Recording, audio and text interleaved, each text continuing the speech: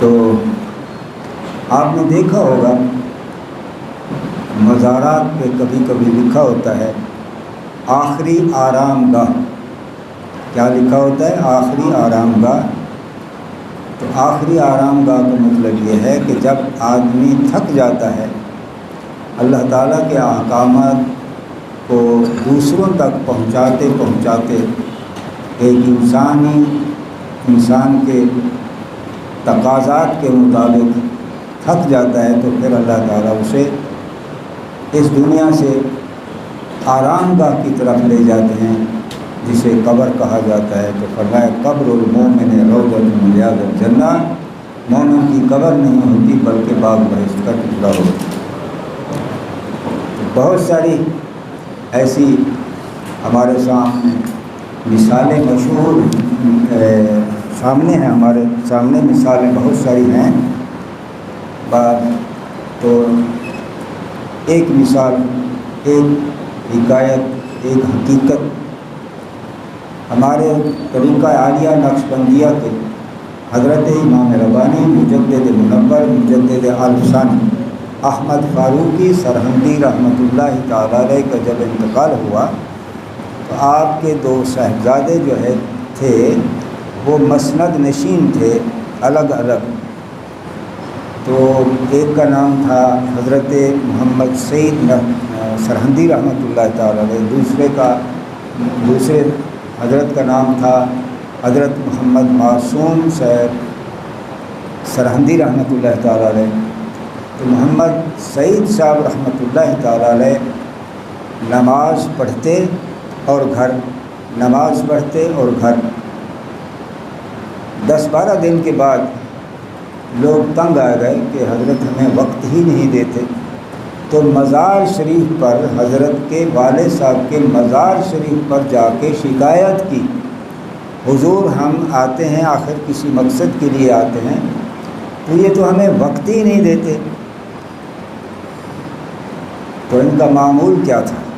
معمول یہ تھا کہ جب صبح کی تہجد کی نماز پڑھتے، نماز پڑھنے کے بعد آپ کے سجادہ یا آپ کے مصلی پر جا کر ساتھ بیٹھ جانا اور روتے رہنا، یہ آپ کا معمول بن گیا تھا.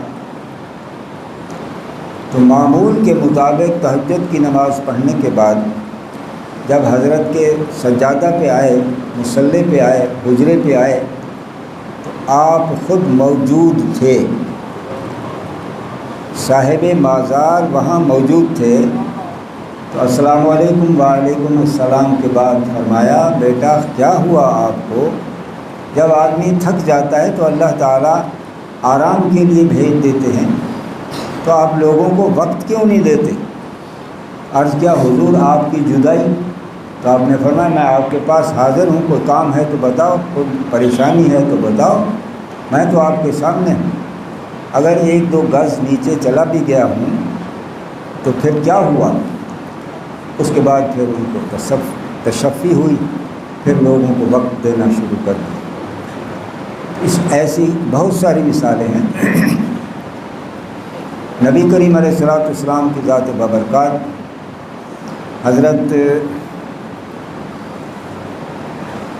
سلطان احمد کبیر رحمۃ غالباً آپ نبی کریم علیہ الصلوۃ والسلام کے مزار شریف پر گئے. عرض کیا اللہ کے محبوب گھر پہ تو دیدار ہو جایا کرتا تھا، یہاں آ کے محرومی ہے. تو حضور علیہ الصلوۃ والسلام کا چبکتا ہوا ہاتھ باہر آ گیا، چبکتا ہوا ہاتھ باہر آیا.